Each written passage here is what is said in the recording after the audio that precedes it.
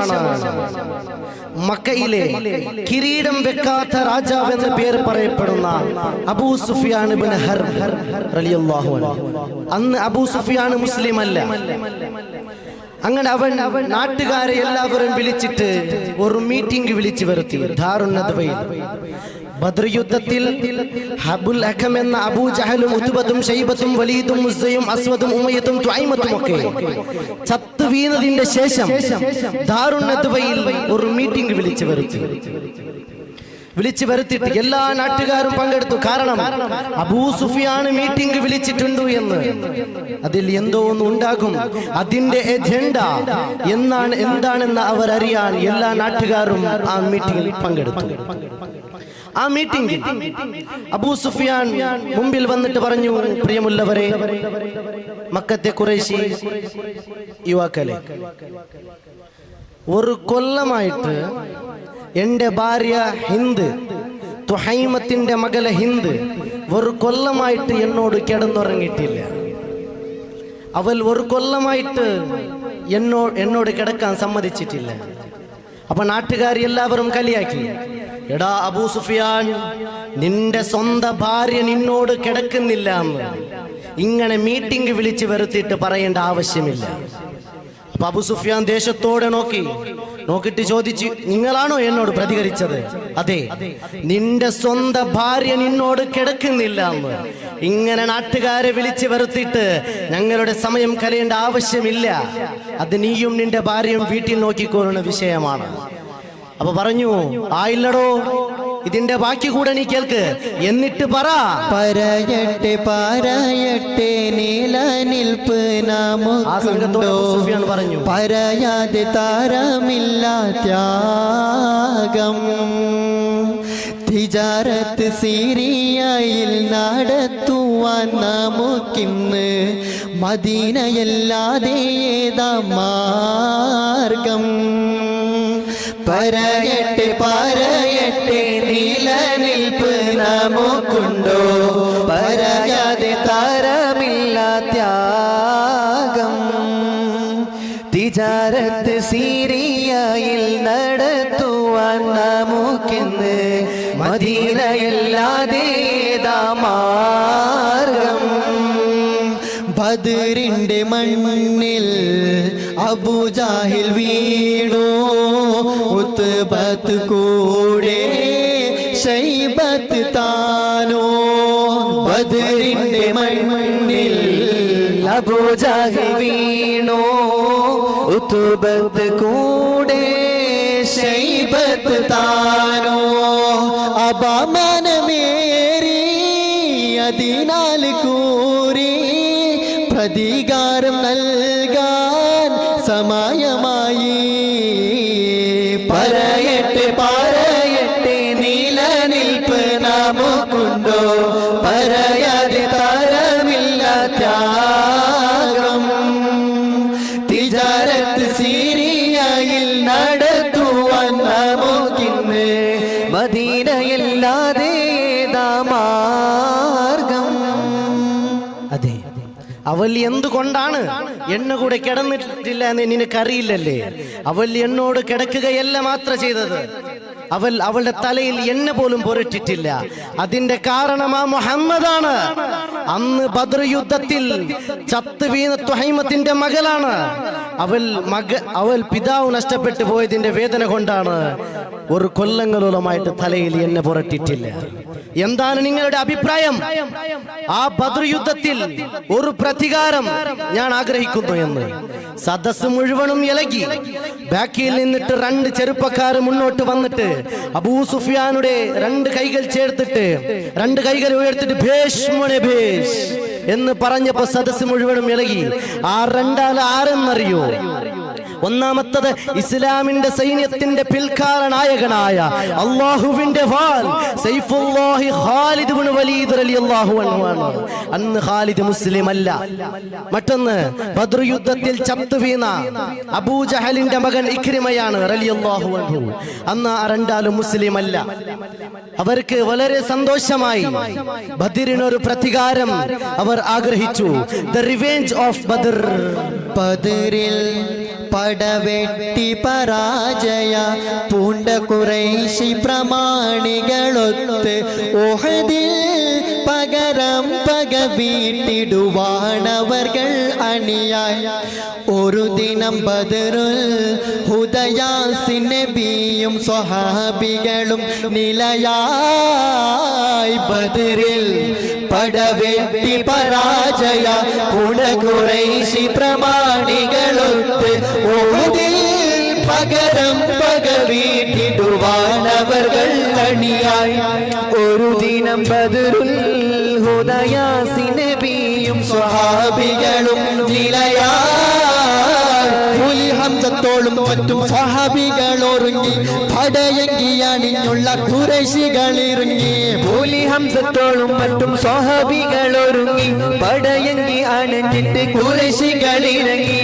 തലത്തരത്തിലും തടിക്കാഹളങ്ങൾ മുഴങ്ങി പരിശുദ്ധ തക്ബീരും ധ്വനിയങ്ങ് മുഴങ്ങി അത് കേട്ട് ഓഹുദിടങ്ങി അത് കേട്ട് ഓഹുദെന്ന മലം കിടുങ്ങി ബദറിൽ പടവെട്ടി പരാജയ ഖുറൈശി പ്രമാണികളൊത്ത് ഉഹദിൽ പകരം പക വീട്ടിടുവാനവർകൾ അണിയായി ഒരു ദിനം ബദറുൽ ഹുദയാസിൻ നബിയും സ്വഹാബികളും നിലയായി. ബദറിനൊരു പ്രതികാരം അവർ ആഗ്രഹിച്ചു. അബൂ സുഫിയാനിന്റെ ഭാര്യയാണ് ഹിന്ദ്. ഹിന്ദിന്റെ പ്രധാനപ്പെട്ട ഒരു അടിമയാണ് വഹ്ശി. വഹ്ശി എന്ന് മുസ്ലിമല്ല. അവൾ വഹ്ശി വിളിച്ചു, യാ വഹ്ശി, എത്ര കാലങ്ങളോളമായിട്ട് എനിക്ക് എന്നെ അടിമയായിട്ട്, നിനക്ക് സ്വാതന്ത്ര്യം വേണ്ടേ? പണ്ടൊക്കെ ഈ അടിമക്ക് സ്വാതന്ത്ര്യം കൊടുക്കണമെങ്കിൽ ആ മുതലാളി പറഞ്ഞ കാശ് കൊടുക്കണം, പൈസ കൊടുക്കണം. അപ്പൊ വഹ്ശി ചിരിച്ചിട്ട് പറഞ്ഞു, എനിക്ക് സ്വാതന്ത്ര്യത്തിനായിട്ട് എന്നോട് നിങ്ങൾക്ക് തരാൻ ഒരൊറ്റ പൈസയുമില്ല. അപ്പൊ ഹിന്ദ് പറഞ്ഞു, വഹ്ശി, എനിക്ക് പൈസ വേണ്ട, ഞാൻ പറയുന്ന ഒരു കാര്യം നീ ചെയ്യണം. എങ്കിൽ പറ. എനിക്ക് വേണ്ടിട്ട് 3 ആളെ കൊല്ലണം. 3 ആൾ. അപ്പൊ 3 ആൾ ആരെന്നറിയോന്ന് ചോദിച്ചു. അപ്പൊ വഹ്ശി ചിരിച്ചിട്ട് പറഞ്ഞു, 3 ആൾ. മോചന കിട്ടുമെങ്കിൽ 3 ആളെ കൊന്നാൽ ഒന്ന് നിങ്ങളെ കൊല്ലാം, പിന്നൊന്ന് നിങ്ങളെ മാപ്പിളയെ കൊല്ലാം, പിന്നൊന്ന് ആ കണ്ടാലും കൊല്ലാം. അപ്പൊ ഹിന്ദ് ചിരിച്ചിട്ട് പറഞ്ഞു, അല്ല വഹ്ശി, ഞാൻ പറയുന്ന 3 ആളെ കൊല്ലണം. എന്നാ കൊണ്ടാൽ ഇഷ്ടം. ആദ്യം കൊല്ലേണ്ടത് മുഹമ്മദ് നബി സല്ലല്ലാഹു അലൈഹി മുഹമ്മദ് സല്ലല്ലാഹു അലൈഹി വസല്ലം. അപ്പൊ വഹ്ശി പറഞ്ഞു, ഓ സൂപ്പർ തിരഞ്ഞെടുപ്പാ. എങ്കിൽ രണ്ടാമത്തത് അലി ഇബ്നു അബീ ത്വാലിബ്. എൻ്റെ റബ്ബേ, അലിയർ തങ്ങൾ. മൂന്നാമത്തത് ഹംസത്ത് ഇബ്നു അബ്ദുൽ മുത്തലിബ്. നല്ല പരിപാടി. ഈ 3 പേരുടെ മുമ്പിൽ അവരെ കൊല്ലണല്ല, അവരെ മുമ്പിൽ പോയി നിൽക്കാൻ തന്നെ എനിക്ക് പേടിയാണ്. അപ്പൊ ഹിന്ദ് പറഞ്ഞു, വഹ്ശി, 3 ആളെ കൊല്ലണ്ട, ഏതെങ്കിലും ഒരാളെ കൊന്നാൽ ഞാൻ നിനക്ക് സ്വാതന്ത്ര്യം തരാം. അള്ളാഹു നൽകിയ നിനക്കൊരു കഴിവുണ്ട്, ആർക്കും കൊടുക്കാത്തവർ കഴിയും. ലക്ഷ്യം തെറ്റാതെ ചാട്ടുലിയരാൻ. അത് പ്രയോഗിച്ചുകൂടി എന്ന് പറഞ്ഞപ്പോ വഹ്ശി ഒരു ചാട്ടുലി ഉണ്ടാക്കി. ഈ ചാട്ടുലിയൊക്കെ എന്ന് പറഞ്ഞാൽ അത് 2 മുഴ ഇങ്ങനെ മുന്നോട്ടും ബാക്കി 18 മുഴ ഇങ്ങനെ ബാക്കോട്ടും തടുത്തിയതാണ്. അത് ഒരു ഭാഗത്തിലേക്ക് പോയി തുളച്ചാൽ പിന്നെ അതിന്റെ പുറത്തെടുക്കുമ്പോൾ അത് എവിടേക്കെല്ലാം പോയി തെറിച്ച് അവിടുത്തെ എല്ലാം ഇങ്ങനെ ഇറച്ചികൾ, രക്തകൾ ഇങ്ങനെ പുറത്തേക്ക് വരുമായിരുന്നു അന്നത്തെ വഹ്ശിയുടെ ചാട്ടുലി. അങ്ങനെ അവരെല്ലാവരും യുദ്ധത്തിന് വേണ്ടി റെഡിയായി. ഹിന്ദ് അപ്പുറത്തെ ഉത്തരവ് പെണ്ണുങ്ങളോട് പോയിട്ട് ചോദിച്ചു, എടി, നിന്റെ മാപ്പിള യുദ്ധത്ത് പോണ്ട? പോണ്ടു. എന്നാ ഞങ്ങും പോയാവാ? അതെന്തിനാടി? എടാ, നിന്റെ മാപ്പിളയെ നിനക്കറിയില്ലേ? മുഹമ്മദിന്റെ ആൾക്കാർ സല്ലല്ലാഹു അലൈഹി മുഹമ്മദ് സല്ലല്ലാഹു അലൈഹി വസല്ലം, മുഹമ്മദിന്റെ ആൾക്കാർ വാല് പൊക്കിയാൽ ഇവന്മാർ ഉടുത്തതും പൊക്കിയോടും. അതുകൊണ്ട് അങ്ങനെ ഓടുമ്പോൾ യുദ്ധത്തിലേക്ക് തിരിച്ചിടാനാണ്. അപ്പൊ അങ്ങനെ തിരിച്ചിട്ട വെട്ടുകൊണ്ട് ചത്തുപോകൂലേ? ചാവട്ടടി. ഭീരുക്കളുടെ ഭാര്യ ആകുന്നതിനേക്കാൾ നമുക്ക് നല്ലത് യുദ്ധത്തിൽ പോയി രക്തസാക്ഷ്യം വഹിച്ചവളുടെ ഭാര്യ ആകാനല്ലേ. അപ്പൊ പറഞ്ഞു, അത് നല്ലത്. കുറെ കാലങ്ങൾ അങ്ങോട്ട് ഇവനോട് ഇരുന്നിട്ട് അങ്ങനെയെങ്കിലും പോട്ടെ. അങ്ങനെ അവരെല്ലാവരും കഅബയുടെ ഉള്ളിലേക്ക് പോയിട്ട് ദ്വാർക്കാൻ റെഡിയായി. പണ്ടൊക്കെ ഈ കഅബ എന്ന് പറഞ്ഞാൽ മുസ്ലിമീങ്ങളുടെ മാത്രമല്ല എല്ലാവരുടെയും അഭയകേന്ദ്രമാണ്. അതിൽ കുറെ ബിംബങ്ങളുണ്ട്. ലാത്ത, ഹുസ്സ, ഉബ്നുല്ലായില, മനാത്ത, പറാട്ട, ചപ്പാത്തി കുറെ ഉണ്ട്. അങ്ങനെ എല്ലാവരും ദുആർക്കാൻ വേണ്ടി പോകുമ്പോ ബാക്കിൽ നിന്നിട്ട് ഒരാൾ വിളിച്ചിട്ട് പറഞ്ഞു, യാ അബൂ സുഫിയാൻ, അബൂ ജഹൽ ചെയ്ത പോലത്തെ ദുആ ചെയ്യല്ലേ. അങ്ങനെ ദുആ ചെയ്താൽ ഞങ്ങൾ തോറ്റുപോകും. എന്താണ് അബൂ ജഹൽ ദുആ ചെയ്തത്? അതിൻ്റെ ഉള്ളിൽ കുറെ മിമ്പങ്ങളുണ്ട്. ആ മിമ്പങ്ങൾ അടുത്തൊന്നും പോയില്ല. നേരെ കഅബത്തിന്റെ കില്ല് പിടിച്ചിട്ട് ഹിറയോനെ പടച്ചോനെ ഹാദൽ ബൈത്തുടെ നായനെ. ആരാ ഹാദൽ ബൈത്തുടെ നായൻ? ആരാ കഅബയുടെ ഉടമസ്ഥൻ? സാക്ഷാൽ അല്ലാഹു. ഇവൻ അല്ലാഹുവിനോട് പറയണം, അല്ലാഹുവേ, ഏത് സത്യമാണ് ഏത് അസത്യമാണ് നിനക്കറിയാം. അതുകൊണ്ട് സത്യത്തെ പാട്ടിയെ നീ ജയിപ്പിച്ചിട്ട് അസത്യ പാട്ടിയെ നീ തോൽപ്പിക്കണം. ഇവനക്കറിയില്ല ഏത് സത്യം ഏത് അസത്യനാണെന്ന്. പണ്ടൊക്കെ ഈ മദ്രസയിൽ പഠിക്കുമ്പോൾ ഉസ്താദ് ചോദിച്ചു കുട്ടികളോട്, സ്വർഗത്ത് പോണ്ടെങ്കിൽ എഞ്ചിനിക്കുറും എല്ലാരും എഞ്ചിനുണ്ടാവും. ഒടത്തവിടെ മിതച്ചിട്ടുള്ള എടുത്ത് നിക്ക് പോകണ്ടല്ലോ സ്വർഗത്ത് പോണു നെഞ്ചു നിക്കാതെ അല്ല ഉമ്മ ചെന്നറ വിട്ടിട്ട് സീത ഔത്തുക്ക് പോണു. ഓണുവന്തില്ലല്ലേ സ്വർഗ പിന്നെ പോണ്ടതാണ്. അതേപോലെ അബൂജഹൽ ദുആ ചെയ്തു. അബൂജഹൽക്കറിയില്ല ഏത് സത്യം ഏത് അസത്യമാണ്. പിന്നെ അബൂ സുഫിയാൻ പോയിട്ട് ഓരോ ബിംബങ്ങളെ പിടിച്ചിട്ട് ലാത്തെ, ഹുസ്സെ, ഹുബുനുല്ലായിലെ, മനാത്തെ, ലാത്താ ഹുബുലുല്ലായിലായോ ആശ കേടുത്താതെയോ നാശം വരുത്താതെയോ തീർക്കോ വിജയത്തിലോ. ലാത്താ ഹുബുലുല്ലായിലായോ ആശ കേടുത്താതെയോ നാശം വരുത്താതെയോ തീർക്കോ വിജയത്തിലോ.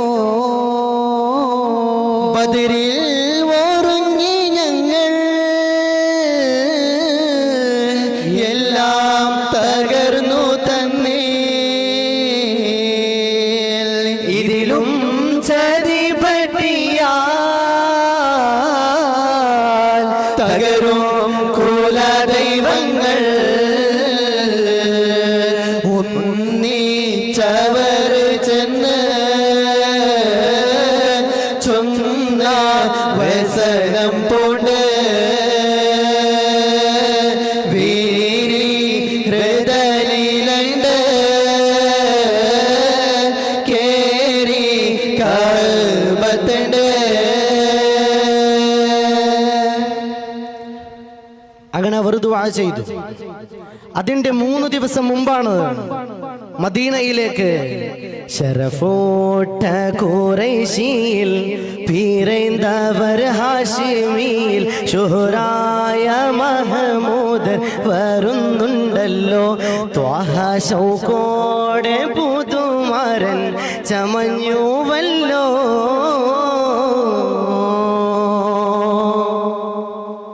അതിന്റെ 3 ദിവസം മുമ്പാണ് ലോകത്തിന്റെ പ്രവാചകൻ നബി മുഹമ്മദ് മുസ്തഫ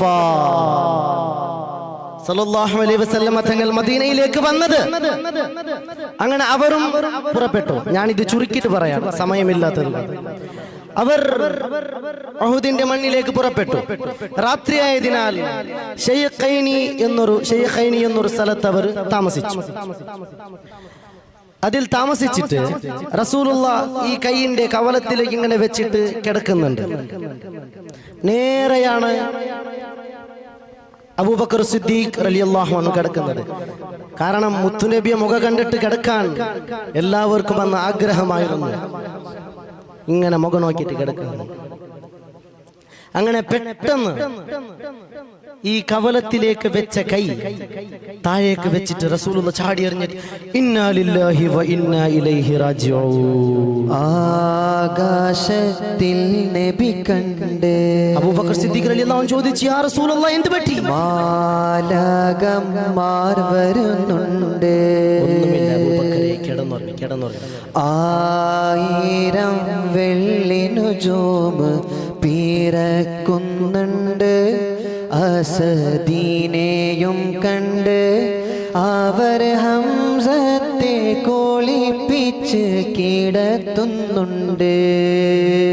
ആകാശത്തിൽ നബി കണ്ട് മാലാകമാർ വരുന്നുണ്ട്. 1000 വെള്ളിനുജൂമ് പിറക്കുന്നുണ്ട്. അസദീനെയും കണ്ട് അവർ ഹംസത്തെ കോളിപ്പിച്ച് കിടത്തുന്നുണ്ട്. റസൂലുള്ളാഹിക്ക് കിനാവ് കണ്ടത് ഹംസ റളിയല്ലാഹു അൻഹുവിന്റെ ഹൂറുൻ നിസാ പെണ്ണുങ്ങള് ഇങ്ങനെ കുലിപ്പിച്ചിട്ട് ആകാശത്തിലോട്ട് കൊണ്ടുപോകുന്ന കാഴ്ചയാണ്. ഈ യുദ്ധം നടന്നാൽ ഹംസ വഫാത്താകും ഉറപ്പ്. അബൂബക്കർ സിദ്ദീഖ് റളിയല്ലാഹു അൻഹു ചോദിച്ചു, യാ റസൂലല്ലാഹ് എന്ത് പറ്റി? അബൂബക്കറോട് പറഞ്ഞു, ഒന്നുമില്ല അബൂബക്കറെ, കിടന്നുറങ്ങുന്നു. അങ്ങനെ സുബഹി ബാങ്ക് വിളിച്ചു. സുബഹി ബാങ്കിൽ റസൂലുള്ളാഹിന്റെ നേരെ വലതു ഭാഗത്തിലാണ് ഹംസ റളിയല്ലാഹു അൻഹു നിൽക്കുന്നത്. ഹംസ റളിയല്ലാഹു അൻഹുവിന്റെ മുഖത്തേക്ക് നോക്കി തനിക്ക് താണും തെണലുമായ ഹംസ റളിയല്ലാഹു അൻഹുവിനെ ഇനി എത്ര നേരം കാണാൻ കഴിയുമോ എന്ന് റസൂലുള്ളാഹിക്ക് അറിയില്ല.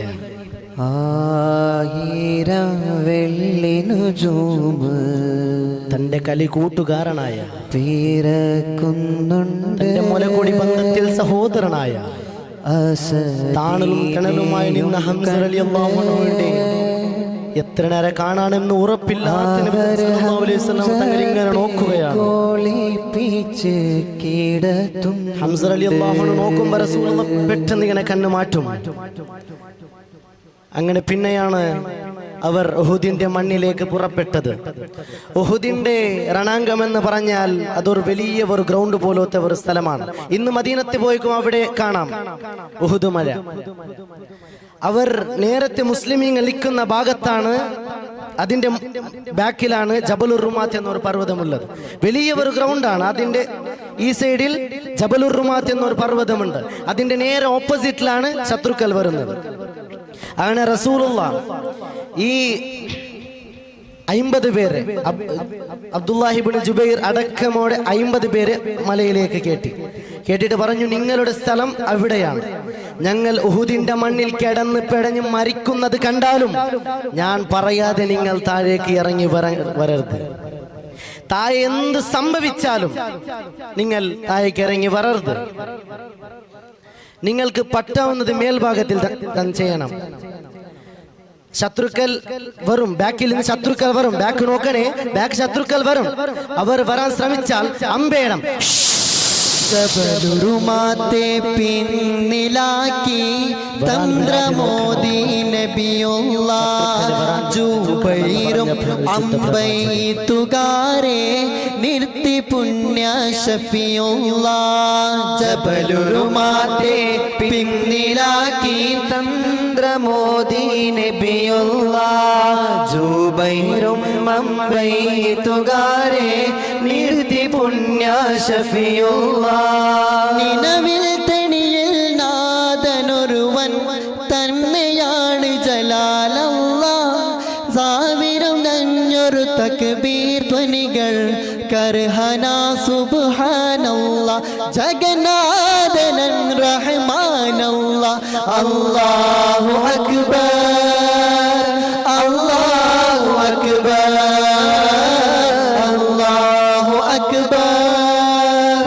അല്ലാഹു അക്ബർ, അങ്ങനെ 50 പേര് മലമുകളിലേക്ക് കേട്ടിട്ട്, ജബലുർ റുമാത്ത് എന്ന കൊച്ചുമലയിലേക്ക് കേട്ടിട്ട് പറഞ്ഞു, എന്ത് സംഭവിച്ചാലും നിങ്ങൾ എന്റെ അനുവാദമില്ലാതെ താഴേക്ക് ഇറങ്ങി വരരുത്. ഇവിടെ നിങ്ങളുടെ നേതാവായി അബ്ദുല്ലാഹി ഇബ്നു ജുബൈറിനെ ഞാൻ ഏൽപ്പിക്കുകയാണ് എന്ന് പറഞ്ഞിട്ട് അവരെല്ലാവരും താഴെ നിന്നു. അപ്പോഴാണ് ശത്രുപക്ഷത്തിൽ നിന്നിട്ട് ഒരാൾ മുന്നോട്ട് വന്നിട്ട്, അബൂ അംറുർ റാഹിബ് എന്നൊരുത്തൻ മുന്നോട്ട് വന്നു. ഇവൻ വേദഗ്രന്ഥം പഠിച്ച ആളാണ്, സബൂറും ഇഞ്ചിലും ഒക്കെ പഠിച്ചിട്ടുണ്ട്. അങ്ങനെ ഇവനക്കറിയാം അവസാനത്തെ ഒരു നബി വരാനുണ്ടെന്ന്. അങ്ങനെ അവസാനത്തെ നബി ഞാനെന്ന് സ്വയം പ്രഖ്യാപിച്ചവനാണ് ഈ അബൂ അംറുർ റാഹിബ്. അങ്ങനെ അവൻ വന്നിട്ട് റസൂലുള്ളാഹിന്റെ കുറേ ചീത്ത വിളിച്ചു. റസൂൽ ഒന്നും മിണ്ടുന്നില്ല. 2 സഫിനെടുത്തിട്ടുണ്ട് ബാക്കിൽ. റസൂൽ ഒന്നും മിണ്ടുന്നില്ല. എന്തെല്ലാം ചീത്ത വിളിക്കുന്നുണ്ട്. റസൂലുള്ള പറയാതെ ഇവർ അണങ്ങുന്നില്ല. 2 ലൈനിൽ, അതിൽ ഒരു ലൈനിന്റെ നേതാവാണ്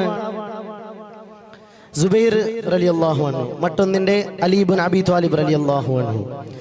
അങ്ങനെ മലമുകളിൽ നിൽക്കുന്ന ഒരു സഹാബി ചോദിച്ചു, അവൻ ഇത്ര ചീത്ത വിളിച്ചിട്ടും റസൂലുള്ള ഒന്നും പറയുന്നില്ലല്ലേ? ഞങ്ങളുടെ നേതാവ് നിങ്ങളാണ്, അതുകൊണ്ട് നിങ്ങൾ പറഞ്ഞാൽ ഞങ്ങൾ അവനക്ക് അമ്പ് വിടും. അപ്പൊ പറഞ്ഞു, അമ്പ് വേണ്ട, ഇവനക്ക് എന്തിനാ അമ്പ്? ഇതിന്റെ ബാക്കിൽ കുറെ വലിയ വലിയ ആൾക്കാർ വരും, അതുകൊണ്ട് അമ്പ് അവനക്ക് കൊടുക്കാം. ഒരു കല്ലെടുത്തിട്ട് കൊടുക്കുന്നു. അങ്ങനെ മേൽഭാഗത്തിൽ ഒരു കല്ലെടുത്തിട്ട് അവർ എറിഞ്ഞു. നേരെ വന്നിട്ട് അബൂ അംറുർ റാഹിബിന്റെ നെത്തി കന്ന് കൊടുത്ത് നെത്തി പിളർന്നു. മുകളിൽ നോക്കുന്ന ഖുറൈശി കണ്ടത് വീരപ്പടയാണ്. മലമുകളിൽ നോക്കുന്ന ഖുറൈശി കണ്ടത് വീരപ്പടയാണ്. മല കയറാൻ നോക്കുന്നവരെല്ലാം കൊണ്ടത് അമ്പിൻ മുനയാണ്, കൊണ്ടത് അമ്പിൻ മുനയാണ്. മലമുകളിൽ നോക്കുന്ന ഖുറൈശി കണ്ടത് വീരപ്പടയാണ്. മല കയറാൻ നോക്കുന്നവരെല്ലാം കൊണ്ടത് അമ്പിൻ മുനയാണ്, കൊണ്ടത് അമ്പിൻ മുനയാണ്. അങ്ങനെ അവൻ ബാക്കിലോട്ട് ഓടി. അപ്പോഴാണ് തടിമാടണിന്ന ഒരുത്തൻ, ഉഖ്ബ എന്ന് പറയുന്ന ഒരുത്തൻ മെല്ലെ മുന്നോട്ട് വന്നു കുതിരപ്പുറത്ത്. അവന് വന്നിട്ട് പറഞ്ഞു, യാ മുഹമ്മദ്, ആണത്തരമില്ലാതെ ഒരാളെ ഇറക്കിവിടണം. തിരിച്ചു പോകാൻ ആഗ്രഹമില്ലാത്ത ഒരാളെ ഇറക്കിവിട്, മരിക്കാൻ പേടിയില്ലാത്ത ഒരാളെ ഇറക്കിവിട്. അവന് വെല്ലുവിളിച്ചപ്പോ റസൂലുള്ളാഹി വലത് ഭാഗത്ത് നോക്കുമ്പോ സുബൈർ റളിയല്ലാഹു അൻഹു ആണ്. സുബൈർ റളിയല്ലാഹു അൻഹു മനസ്സിലായി, നബി എന്നെയാണ് അയക്കാൻ തീരുമാനിച്ചത്. സുബൈർ റളിയല്ലാഹു അൻഹു മുന്നോട്ട് വന്നു കുതിരപ്പുറത്ത്. റസൂലുള്ളാഹി, യാ സുബൈർ, അല്ലാഹു നിങ്ങളെ അനുഗ്രഹിക്കട്ടെ എന്ന് പറഞ്ഞു. അങ്ങനെ സുബൈർ റളിയല്ലാഹു അൻഹു മുന്നോട്ട് പോയപ്പോ സുബൈർ റളിയല്ലാഹു അൻഹു പറഞ്ഞു, ഞാൻ തുടങ്ങില്ല, നീ തുടങ്ങണം. കാരണം ഇസ്ലാമിന്റെ ഏത് യുദ്ധം എടുത്തു നോക്കിയാലും ആദ്യം മുസ്ലിമുകൾ വെട്ടിട്ടില്ല. ആദ്യം വെട്ടിയതെനിക്ക് അക്രമമെന്നും അതിനെ തടുത്ത് മറ്റത് വെട്ടിയതെനിക്ക് പ്രതിരോധമെന്ന് പറയും. അതുകൊണ്ട് ഉഖ്ബ കൊടുത്തൊരു വെട്ട് സുബൈർ തടുത്ത്, സുബൈർ കൊടുത്തൊരു വെട്ട്. ഊഹദിൽ പടനീലം പൊടി നിറഞ്ഞ് ഉശിരെ ഓടുന്നവർ കൊതിച്ചിടുന്ന്. ഉശിരെ സുബൈറവം കൊതിച്ചിടുന്നു. ഉത്ബ കാകെ ഭയം കയറിടുന്നു. ഉഖ്ബ ജയിക്കണേ എന്ന് ഖുറൈശികൾ, സുബൈർ ജയിക്കണേ എന്ന് മുസ്ലിമുകൾ. അങ്ങനെ കുറെ നേരായപ്പോ അവർ ഒരു കാഴ്ചവർ കണ്ടു. ഒരാൾ ആഞ്ഞു വെട്ടുന്നു, മറ്റവന്റെ പിറടി താഴെ വീഴുന്നു. വെട്ടുകളൊക്കെയും ചാട്ടൊളി ചീട്ടണ നേര ദിക്കമിലോ കുതുകുലമായി ഭാരാ. വെട്ടുകൾ കുത്തുകളൊക്കെയും ചോരാ തക്കമിൽ ചാട്ടൊളി ചീട്ടണ നേര ദിക്കമിലോ കുതുകുലമായി ഭാരാ. അഞ്ചമിൽ നെഞ്ചു പിളർത്തിന ഹാല ചെഞ്ചോരക്കടലുയലത് ജ്വാല. ഊഹദിൽ പടനീലം പൊടി നിറഞ്ഞു. ഊഹയിൽ കിടന്നവർ ഉയർന്നു താനോ. ഉശിരെ സുബൈറവം കൊതിച്ചിടുന്നു. ഉത്ബക്കാകെ ഭയം കയറിടുന്നു. അത് വെട്ടിയത് സുബൈർ റളിയല്ലാഹു അൻഹു ആണ്. നേരിങ്ങനെ വാലിങ്ങനെ കുടഞ്ഞിട്ട് സഫ് പോയി നിൽക്കുമ്പോ ശത്രുപക്ഷത്തിൽ നിന്ന് ഒരുത്തൻ മുന്നോട്ട് വന്നു. ത്വൽഹത്ത് ബിൻ അബീ ത്വൽഹ എന്നാണ് അവൻ പേര്. അവൻ വന്ന് വെല്ലുവിളിച്ചു, യാ സുബൈർ, എങ്ങോട്ടാ പോകുന്നത്? എന്റെ സഹോദരൻ ഉഖബത്തിനെ വെട്ടിട്ട് നീ പോയി സഫ് നിൽക്കാണോ? വാ, ധൈര്യമുണ്ടെങ്കിൽ എന്നോട് പടവരുത്. ആയിക്കോട്ടെ, ഞാൻ വരാമെന്ന് പറഞ്ഞു സുബൈർ റളിയല്ലാഹു അൻഹു. അങ്ങനെ പോകുന്നു. അപ്പൊ ഒരു മിനിറ്റ്, ഇപ്പൊ നീ എന്നോട് പടവരുതിയാ? ഞാൻ നിന്നെ കൊല്ലും. അപ്പൊ എന്റെ കൂട്ടുകാർ പറയും, ഉഖബനോട് കുറെ നേരം തളർന്ന സുബൈറിനെ നീ കൊന്നേന്ന്. അത് എനിക്കൊരു മോശം, അതുകൊണ്ട് നീ മറ്റൊരാലേക്ക് ഞാൻ അവനെ കൊല്ലാം. എന്നിട്ട് പിന്നെ നീ വാ, അപ്പൊ ഞാൻ നീ ഒരേ പോലെ ആവും. അപ്പോഴാണ് ബാക്കിൽ നിന്ന് ഒരാൾ, യാ സുബൈർ, ഞാൻ പോകാം. സുബൈർ റളിയല്ലാഹു അൻഹു നോക്കി, എന്റെ റബ്ബേ, നല്ല ആൾ, എന്നാ പോയിക്കോളൂ പറഞ്ഞു. അപ്പൊ ത്വൽഹത്ത് ബിൻ അബീ ത്വൽഹ കാണുന്ന ഒരു കാഴ്ച, ഒരു കുതിര വന്നിട്ട് മെല്ലെ മുന്നോട്ട് വെക്കണം. ദുൽദുൽ കുതിര ടക്ക് ടക്ക് താളത്തിൽ ചേരിപ്പായലും സുൽഫുകർ വീശി ഹൈദരും സൽസൽ വരുത്തി പോർനിലം. സുൽഫുകർ വീശി ഹൈദരും സൽസൽ വരുത്തി പോർനില. ദുൽദുൽ കുതിര ടക്ക് ടക്ക് താളത്തിൽ ചേരിപ്പായലും സുൽഫുകർ വീശി ഹൈദരും സൽസൽ വരുത്തി പോർനില. സുൽഫുകർ വീശി ഹൈദരും സൽസൽ വരുത്തി പോർനില. മനസ്സമിൽ സന്താപമേ ഹൈദരം നുള്ള സ്ഥാനമേ. മനസ്സമിൽ സന്താപമേ ഹൈദരം നുള്ള സ്ഥാനമേ. പങ്കിഷം പൊങ്കും ധീരരെ ബദറിൽ പോരാടി വീരരെ. പങ്കിഷ പൊങ്കും ധീരരെ ബദറിൽ പോരാടി വീരരെ. ദുൽദുൽ കുതിര ദുൽദുൽ കുതിര ദുൽദുൽ കുതിര ടക്ക് ടക്ക് ടക്ക് താളത്തിൽ ചേരിപ്പായലും സുൽഫുകർ വീശി ഹൈദരും സൽസൽ വരുത്തി പോർനില.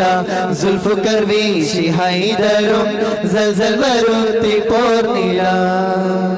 അലി റളിയല്ലാഹു അൻഹു പോയിട്ട് ഉഖബത്തിനെ വെട്ടിമുറിച്ചു. ഞാൻ ചുരുക്കിയിട്ട് പറയാണ്, സമയമില്ലാത്തത് കൊണ്ടിട്ട്. പിന്നെ ബാക്കിൽ നിന്നിട്ട് ഇന്നൊരുത്തൻ വന്ന, അതിൽ ഉസ്മാൻ എന്ന് പറഞ്ഞിട്ട്.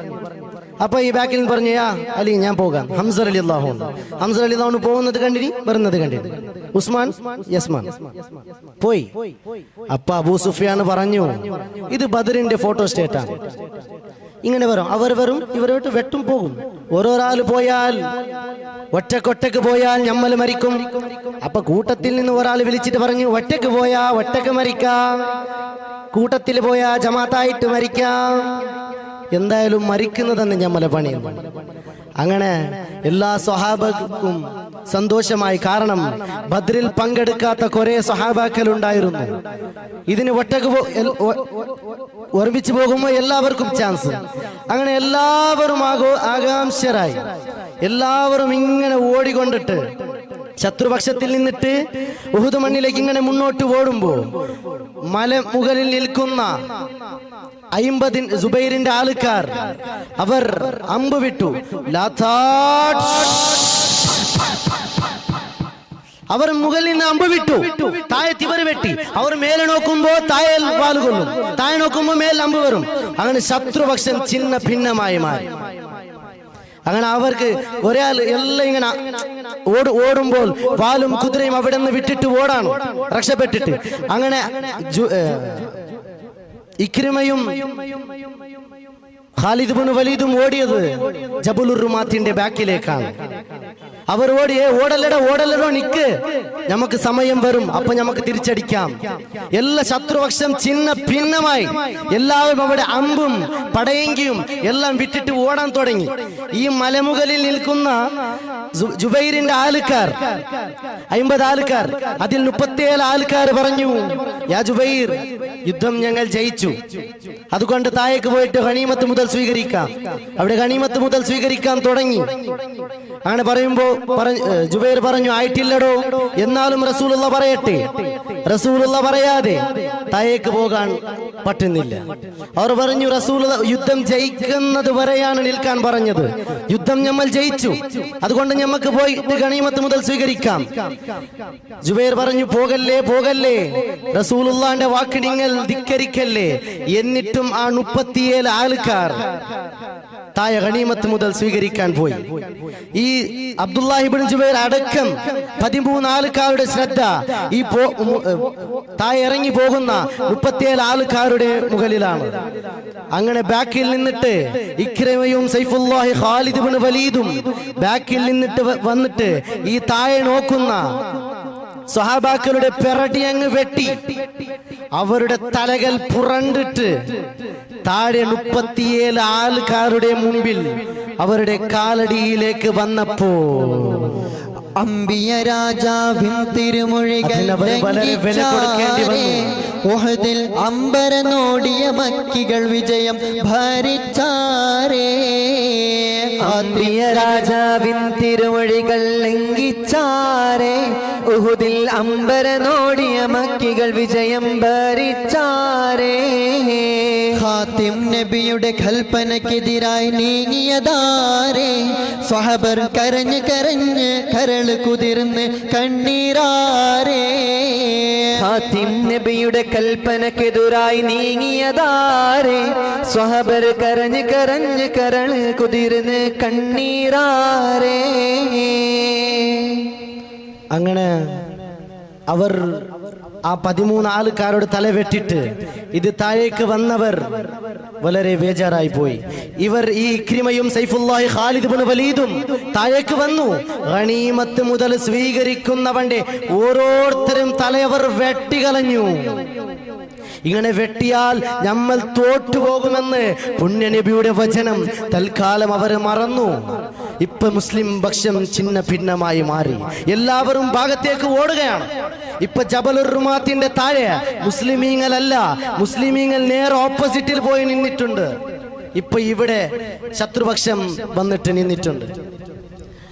അങ്ങനെ ഇവർ ഇങ്ങനെ വെട്ടിക്കിട്ടിയപ്പോ അവരുടെ ലക്ഷ്യം റസൂലുള്ളാന്റെ കൊല്ലാണെന്നുള്ളത് ഉറപ്പാണ്. അതുകൊണ്ട് എല്ലാ സ്വഹാബാക്കളും റസൂലുള്ളാന്റെ ചുറ്റിൽ ഇങ്ങനെ കൂട്ടുകൂടി.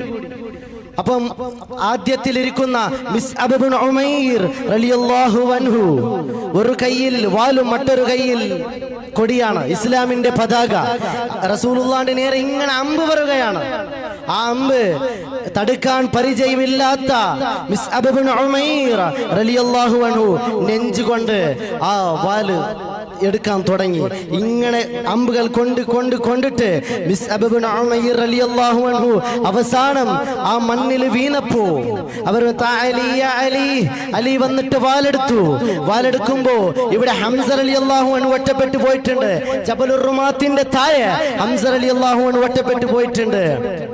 ഹംസ റളിയല്ലാഹു അൻഹു ശത്രുക്കളുടെ മാറ്റിട്ട് ഇങ്ങനെ പുറത്തേക്ക് വരുമ്പോ ആ ഭാഗത്തിൽ നിന്നിട്ട് വഹ്ശി ചാട്ടുലി വിരിച്ച് എല്ലാവരുടെ കാക്കുന്നുണ്ട് ആരാ ഒറ്റപ്പെട്ടു വരുന്നതെന്ന്. അതിന്റെ അപ്പോഴാണ് ഹംസ റളിയല്ലാഹു അൻഹു നെഞ്ചു ഉയർന്നിട്ട് ഇങ്ങനെ മുന്നോട്ട് വരികയാണ്, എല്ലാവരുടെ വെട്ടിക്കൊണ്ടിട്ട് വരികയാണ്. അപ്പോൾ ഹംസ റളിയല്ലാഹു അൻഹു ഒരുത്തനെ വെട്ടിട്ട് അവന്റെ വാളും എടുത്തു, പരിചയമാറ്റി. ഇനി ഒരു കൈയിൽ തടത്തിട്ട് മറ്റൊന്ന് വെട്ടേണ്ടതല്ല ഇനിയുള്ള യുദ്ധം, 2 കൈയിൽ കൊണ്ട് വെട്ടേണ്ട യുദ്ധമാണെന്ന് മനസ്സിലാക്കിയ ഹംസ റളിയല്ലാഹു അൻഹു മുന്നോട്ട് പോകുമ്പോ മക്കക്കാർ അൻസാരികളുടെ തലയെടുക്കാൻ വേണ്ടി പോകുമ്പോ അൻസാരികളുടെ തലകൾ കൊത്താനോടി. അപ്പോൾ മക്കക്കാരുടെ മുമ്പിൽ ഹംസ പുലിയും ചാടി. മക്കികൾ അൻസാരികളുടെ തലകൾ കൊത്താനോടി. അപ്പോൾ മക്കക്കാരുടെ നേരെ ഹംസ പുലിയും ചാടി. കാത്തിരുന്നു ചാട്ടൊളി വഹ്ശി ചാടിച്ചപ്പോൾ വഴി തെറ്റാതെ ഹംസ പുലിയുടെ നെഞ്ചും തുളച്ചല്ലോ. ഇങ്ങനെ മുന്നോട്ട് വരുമ്പോ ചാട്ടുലി ആ വഹ്ശി ചാട്ടുലി വിട്ടു നേരെ വന്നിട്ട് ഹംസ റളിയല്ലാഹുവിന്റെ നെഞ്ചിലേക്ക് കേട്ടിട്ട് ബാലൻസ് തെറ്റിട്ട് ഹംസ വീണു.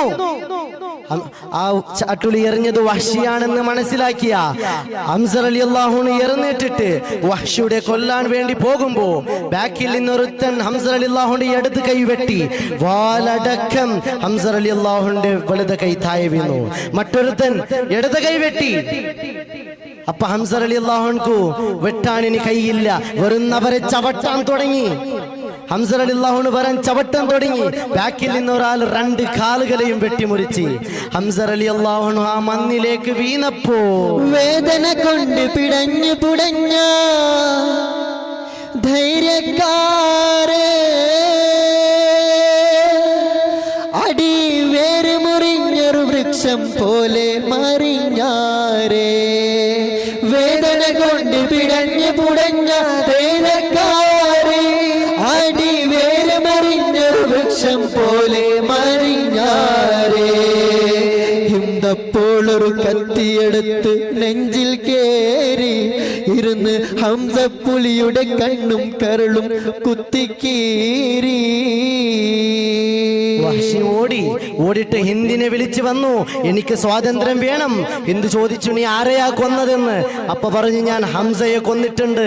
കാറയ്ക്ക് ചവച്ചിരുന്ന ഹിന്ദു കാറയ്ക്ക് തുപ്പിട്ട് ഹംസ റളിയല്ലാഹുവിന്റെ ഭാഗത്തേക്ക് ആ ഹിന്ദു ഓടിപ്പോയി. നോക്കുമ്പോ ഹംസ വീണിട്ടുണ്ട്.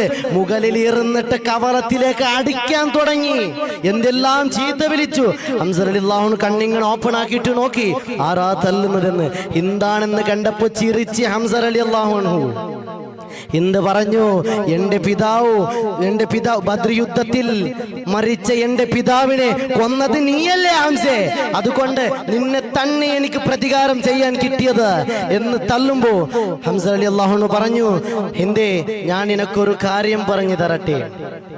നിന്റെ പിതാവ് തുഐമത്ത് ഞങ്ങൾ തമ്മിൽ നല്ല കൂട്ടുകാരാണ്. പക്ഷേ അവന് വന്നത് എന്റെ മകൻ മുഹമ്മദിനെ എതിർക്കാനാണ്. ബദർ യുദ്ധത്തിൽ ഇസ്ലാമിന്റെ എതിർക്കാനാണ് അവിടെ വന്നത്. അതുകൊണ്ടാണ് ഞാൻ അവനെ വെട്ടിയത്. ഇനിയൊരു കാര്യം നീ കേൾക്കണം.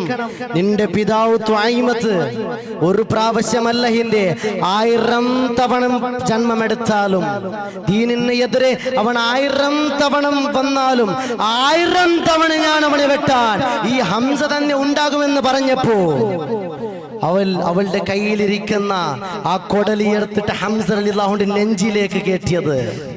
ഹംസ റളിയല്ലാഹുവിന്റെ നെഞ്ചിലേക്ക് കേറ്റിയപ്പോ അതിന്റെ ഹംസ റളിയല്ലാഹുവിന്റെ നെഞ്ചിന്റെ ചോര ഇങ്ങനെ അവലെ മുഖത്തേക്ക് തെറിച്ചപ്പോ കരള് പരിച്ച് കടിച്ച് ചവച്ച് തുപ്പിത്തള്ളി കുടൽ മാലയെടുത്ത് കഴുത്തിലടിച്ച് വൃത്തം തുള്ളി. കരള് പരിച്ച് കടിച്ച് ചവച്ച് തുപ്പിത്തള്ളി കുടൽ മാലയെടുത്ത് കഴുത്തിലടിച്ച് വൃത്തം തുള്ളി. ആ കളി കണ്ടവരെല്ലാം പൊട്ടി കരഞ്ഞല്ലോ.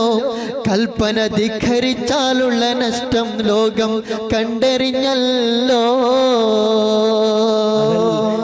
ഹംസ റളിയല്ലാഹുവിന്റെ നെഞ്ചിന്റെ ഉള്ളിലേക്ക് കൈയിട്ടിട്ട് പച്ചക്കറല് പറിച്ചെടുത്തിട്ട് അതിന്റെ ചവച്ചിട്ട് തുപ്പിന്നല്ലേ നിങ്ങൾ ചരിത്രത്തിൽ കേട്ടേ?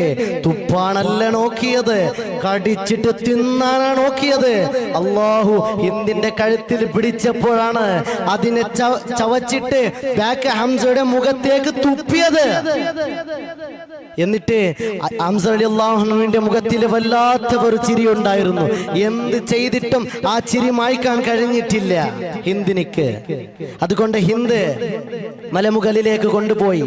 ഹംസ ചിരിക്കും, കാരണം സ്വർഗത്തിന്റെ ഊറുനിസായ പെണ്ണുങ്ങള് ഹംസ ഇങ്ങനെ ഏത് വഴിയിലും സ്വർഗത്തിലേക്ക് കയറി വരാന്ന് വിളിക്കുമ്പോ ഹംസക്കെന്ത് മൂക്ക്, ഹംസക്കെന്ത് വായി, ഹംസക്കെന്ത് ശരീരം, ഹംസക്കെന്ത് ദുനിയാവ്. അവല് മലമുകളിലേക്ക് കൊണ്ടുപോയിട്ട് വലിയ ഒരു പാറക്കല്ലെടുത്തിട്ട് ഹംസ റളിയല്ലാഹുവിന്റെ മുഖത്തിലേക്ക് ഇട്ടു. ഈ സംഭവം ഒന്നും അറിയില്ല മറുഭാഗത്തിലിരിക്കുന്ന റസൂൽ. പെട്ടെന്ന് റസൂലിന്റെ കാണുന്നില്ല. പെട്ടെന്ന് റസൂലിന്റെ കാണുന്നില്ല. അതിൽ ഒരുത്തൻ വിളിച്ചു പറഞ്ഞു, ഇനി ഖതൽതു മുഹമ്മദാ, നിശ്ചയം ഞാൻ മുഹമ്മദിനെ കൊന്നിട്ടുണ്ടോ എന്ന്. സ്വഹാബാക്കൾ മുഴുവനും ചിന്ന ഭിന്നമായി. റസൂലുള്ള മരിച്ചിട്ടുണ്ട്, ഇന്ന് ഞങ്ങൾക്ക് എന്ത് യുദ്ധമാ ചെയ്യാനുള്ളത് എന്ന് പറഞ്ഞ് അവരെല്ലാവരും ഓടാൻ തുടങ്ങിയപ്പോ ഇബ്നു മസ്ഊദ് എന്നൊരു ചെറുപ്പക്കാരൻ, ഇബ്നു മസ്ഊദ് എന്നൊരു സ്വഹാബി വന്നിട്ട് കണ്ടത് റസൂലുള്ള ഒരു കുഴിയിൽ അകപ്പെട്ട് കിടക്കിയിരിക്കുന്നതാണ്. ഇബ്നു മസ്ഊദ് വിളിച്ചു, യാ ഉമരെ, ഉസ്മാനെ, അലിയെ, അബൂബക്കരെ, ഇതാണ് പുണ്യ നബി കിടക്കുന്നേ, ആരും വരുവോ? എനിക്ക് എടുക്കാൻ പറ്റുന്നില്ല, ആരെങ്കിലും ഒന്ന് എടുത്തിട്ട് റസൂലുള്ളാന്റെ എടുക്കുവോന്ന് ചോദിച്ചപ്പോ എല്ലാവരും അവിടേക്ക് വന്നി. റസൂലുള്ളാന്റെ എടുക്കുമ്പോ ശരീരത്തിൽ മുഴുവൻ രക്തം വന്നിട്ടുണ്ട് റസൂലുള്ളാന്റെ. അപ്പുറത്തെ ഭാഗത്തിലിരിക്കുന്ന ഒരുത്തൻ കല്ലെറിഞ്ഞു. നേരെ വന്നിട്ട് റസൂലുള്ളാന്റെ പടങ്കിയിലേക്ക് ധരിച്ചിട്ട് അതിന്റെ ആണി ഇങ്ങനെ കവലത്തിന്റെ ഉള്ളിലേക്ക് പോയിട്ട് പല്ല് ധരിച്ചിട്ട് പല്ല് പൊട്ടി. അപ്പൊ എല്ലാ സ്വഹാബാക്കളും പറഞ്ഞു, യാ റസൂലല്ലാഹ്, നിങ്ങൾ ഇനി യുദ്ധം ചെയ്യണ്ട, നിങ്ങൾ പോ, യുദ്ധം ഞങ്ങൾ ചെയ്തോലാം, അവരെ ഞങ്ങൾ വെറുതെ വിടില്ല. അപ്പൊ റസൂലുള്ള പോയിട്ടില്ല.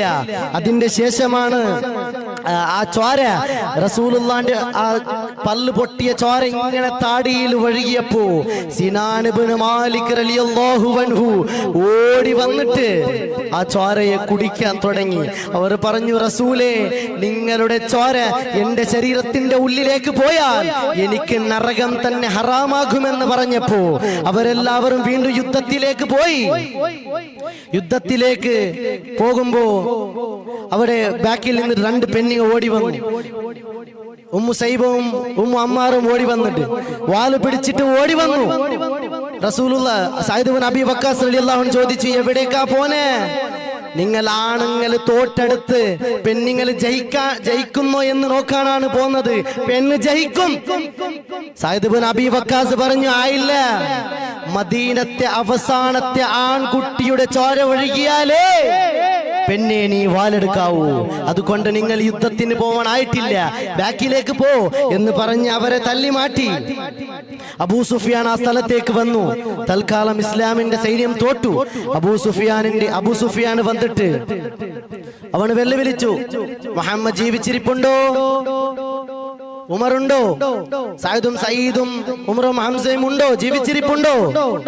ഇത് കേട്ട് റസൂലുള്ള പറഞ്ഞു, ഒന്നും ഒച്ചയാക്കല്ലേ, കാരണം ഇവർ തോറ്റിട്ടുണ്ട്. റസൂലുള്ള പറഞ്ഞു, ശബ്ദമാക്കണ്ട. സഹിച്ചില്ല ഉമറിന്. ഉമർ റളിയല്ലാഹു അൻഹു പറഞ്ഞു, നബിയെ, ഒരൊറ്റാലയും പേടിക്കാത്തവനാണ് ഈ ഉമർ, ഞാൻ ഉത്തരം പറയും. അപ്പ റസൂലുള്ള പറഞ്ഞു, എങ്കിൽ ഖത്താബിന്റെ മോനി പറ. ഉമർ റളിയല്ലാഹു അൻഹു ചാടി ഇറന്നേറ്റിട്ട് അബൂ സുഫിയാനിന്റെ നേരെ മുന്നിലേക്ക് പോയി നിന്നു. ജയിച്ച ആളാണ് അബൂ സുഫിയാൻ, തോറ്റവന്റെ കൂട്ടത്തിലാണ് ഉമർ ഇബ്നുൽ ഖത്താബ് റളിയല്ലാഹു അൻഹു. അങ്ങനെ ഉമർ ഇബ്നുൽ ഖത്താബും അബൂ സുഫിയാനും നേരെ നിന്നിട്ട് ഉമർ എല്ലാം ചോദിച്ചു, ആരെയാടാ നീ പേടിപ്പിക്കുന്നത്? ആരെയാടാ നീ വെല്ലുവിളിച്ചത്? എന്റെ മുത്തുനബി അവിടെ കിടക്കുന്നുണ്ട്, നിനക്ക് എന്ത് ചെയ്യാൻ പറ്റുമെങ്കിൽ ചെയ്തോ. ഹംസയതാ, ഉമറതാ, ഉസ്മാനതാ, അലിയതാ, സുബൈറതാ, എല്ലാവരും ഉണ്ട്, നിനക്ക് എന്ത് ചെയ്യാൻ പറ്റുമെന്ന് ചോദിച്ചപ്പോ അവിടുന്ന് സുബൈർ റളിയല്ലാഹു അൻഹു അബൂ സുഫിയാൻ അവിടുന്ന് പേടിച്ചിട്ട് ബാക്കിലേക്ക് പോയി. യാ ഇക്രിമ, യാ ഖാലിദ്, ഞങ്ങൾക്ക് ഈ ജയം മതി, വിട്ടോളൂ, സ്ഥലം വിട്ടോളൂ, ആ മുഹമ്മദിന്റെ ആൾക്കാർ അവിടെ ഇരിക്കുന്നുണ്ട്, ഇനി ഞങ്ങൾ ഇവിടെ ഇന്നാൽ അവരിങ്ങനെ എഴുന്നേറ്റ് വന്നാൽ ഞങ്ങൾ തോറ്റുപോകും, ഈ ജയം മതി ഞങ്ങൾക്ക്. അവർ വിളിച്ചിട്ട് പറഞ്ഞു, ഹുബുൽ എന്ന ദൈവം ഉന്നതായി വാരട്ടെ എന്ന്. സഹിച്ചില്ല റസൂലിന്. റസൂലുള്ള ചാടി എറിഞ്ഞിട്ട് പറഞ്ഞു, ഹുബുൽ അല്ല ഉന്നതൻ, അല്ലാഹു അഅ്ലാ, അല്ലാഹു അഅ്ലാ, അല്ലാഹു അഅ്ലാ ലാ ഹുബുൽ, അങ്ങനെ വിളിക്കും. അല്ലാഹു അഅ്ലാ ലാ ഹുബുൽ, അല്ലാഹു അഅ്ലാ ലാ ഹുബുൽ, അല്ലാഹു അഅ്ലാ ലാ ഹുബുൽ. ജഗമാകെ അമൈതവനല്ലാഹു, ജയമേകിയതും സമദല്ലാഹു, സുഖശീതലം നൽകിയതല്ലാഹു, ശരശയ്യയുറക്കിയതല്ലാഹു. അല്ലാഹു അഅ്ലാ ലാ ഹുബുൽ, അല്ലാഹു അഅ്ലാ ലാ ഹുബുൽ, അല്ലാഹു അഅ്ലാ ലാ ഹുബുൽ, അല്ലാഹു അഅ്ലാ ലാ ഹുബുൽ. സത്യത്തിൽ ഇസ്ലാമിന്റെ സൈന്യം തോറ്റുപോയി. അവരെല്ലാവരും നോക്കിയിട്ട് 69 ആൾക്കാർ കിട്ടി. പക്ഷേ ഹംസ റളിയല്ലാഹു അൻഹുവിനെ കാണുന്നില്ല. എല്ലാവരും പല ഭാഗത്തിലും ഓടിയിട്ട് ഹംസ റളിയല്ലാഹു അൻഹുവിനെ ഇങ്ങനെ തേടാൻ തുടങ്ങിയപ്പോൾ എവിടെയും കാണുന്നില്ല. ഒരു സ്വഹാബി വന്നിട്ട് പറഞ്ഞു, യാ റസൂലല്ലേ, നിങ്ങളെ ഹംസ. അപ്പോൾ റസൂലുള്ളാഹി ചോദിച്ചു, എന്ത് പറ്റി? യാ റസൂലേ, നിങ്ങളെ ഹംസ, ഇവിടെ ആരോ ഒന്ന് കിടക്കുന്നുണ്ട്, നിങ്ങളെ ഹംസയാണെന്ന് തോന്നുന്നു. മുഖത്തിൽ ഇങ്ങനെ ആ കല്ല് ചതഞ്ഞറിഞ്ഞിട്ട് കിടക്കുകയാണ്. റസൂലുള്ളാഹി അവിടേക്ക് ഓടിയിട്ട് ആ കൈ അവിടെ നിന്ന് കല്ലവിടെ നിന്ന് മാറ്റാൻ പറഞ്ഞു. കല്ല് മാറ്റുമ്പോ കണ്ട കാഴ്ച ഒരു കല്ലിന്റെ അടിയിൽ അത് ചതിഞ്ഞിരിക്കുന്ന ഹംസയുടെ തലയാണ്. 2 കൈയില്ലാത്ത ഹംസ റളിയല്ലാഹു അൻഹുവിന്റെ അവിടെ ചാരത്തേക്ക് 2 കൈയും ചേർത്തിട്ട് പറഞ്ഞു, അസ്സയ്യിദു ശുഹദാ അമ്മീൻ, നിങ്ങളാണ് ഖല്ലാഖിലാഹിന്റെ ദുനിയാവിൽ എത്ര ആൾക്കാർ ഷഹീദായി വീണിട്ടുണ്ടോ, എല്ലാവരെയും നേതാവ് നിങ്ങളാണെന്ന് പറഞ്ഞു. എല്ലാം അവൻ തീർത്ത കടപ്പാടെന്ന് ഖല്ലാഖിലാഹിന്റെ വിധിയാണെന്ന് എല്ലാം അവൻ തീർത്ത കടപ്പാടെന്ന് വിളിച്ചാൽ പോകാതെ ഒഴിവില്ലെന്ന് വിളിച്ചാൽ പോകാതെ ഒഴിവില്ലെന്ന് വിധിയെ തടുക്കാനെന്ത് മാർഗമെന്ന് സത്യമസഹദുള്ള ഷഹീദായി വീണു ശരഫിൽ ശിരസിനെ നീനം പടർന്നു സത്യമസഹദുള്ള ഷഹീദായി വീണു ശരഫിൽ ശിരസിനെ നീനം പടർന്നു. അവർ ഇസ്ലാമിന്റെ സൈന്യം തോറ്റുപോയി. അങ്ങനെ അവർ ബാക്ക് മദീനയിലേക്ക് പോയിട്ട് പറഞ്ഞു, നമ്മൾ തോറ്റിട്ടുണ്ട് എന്ന്. അതിന് കാരണം ആ മലമുകളിൽ കയറ്റിയ 33 ആൾക്കാർ കാണിച്ച ഒരു അക്രമമാണെന്ന്. ഞാൻ മല ഇറങ്ങല്ലേ എന്ന് പറഞ്ഞു. അവർ ഇറങ്ങി. അവരത് മറന്നു പോയത് കൊണ്ടാണ് നമ്മൾ തോറ്റത്. എൻ്റെ പ്രിയമുള്ളവരെ, ഞാൻ നിങ്ങളോട് ഒരു സ്വാഭാവികമായിട്ടൊരു ചരിത്രം ചോദിക്കട്ടെ. മല ഇറങ്ങല്ലേ എന്ന് പറഞ്ഞു. റസൂലുള്ളാഹിന്റെ അടക്കം ആ യുദ്ധം തോൽപ്പിച്ച് കളഞ്ഞിട്ടുണ്ട് എങ്കിൽ ഞങ്ങളെ എങ്ങനെയാണ് പടച്ചോൻ ജയിപ്പിക്കുക? എല്ലാ സമയത്തും ഞങ്ങൾ റസൂലുള്ളാഹിനെ ധിക്കരിക്കുകയല്ലേ എന്ന് റസൂലുള്ള പറഞ്ഞ് എന്ത് കാര്യം നമ്മൾ ഇപ്പം ചെയ്യുന്നുണ്ട്? അതുകൊണ്ട് നമ്മളെ എങ്ങനെയാണ് ജയിപ്പിക്കുന്നത്? ഉഹദിൽ ഒരു കാര്യം ഞങ്ങൾ പഠിക്കുന്നു, ഉമ്മത്തികൾക്ക് ബോധം വേണം. ഉത്തമ റസൂലിന്റെ വാക്കും ചവിച്ചിട്ട് അപ്പളെ ജീവിതം മുന്നോട്ടെന്ന് അപ്പളെ ജീവിതം മുന്നോട്ടെന്ന്.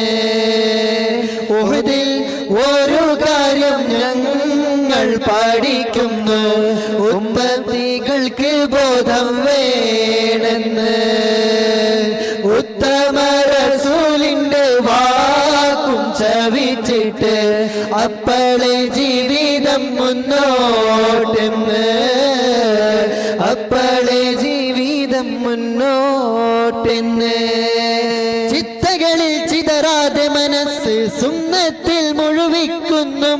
തെറ്റിനടന്നാൽ ജീവിത വിജയം നമ്മൾക്കുണ്ടാവില്ലെന്ന് നബിയുള്ള പറഞ്ഞുള്ള കാര്യം എടുക്കണം. നരകത്തെ വീടും വീതം ചെയ്യണം. നശ്വര ദുനിയാവേ നാമും വേടിയണം. ശാശ്വത സുവർഗം നാം നേടണം.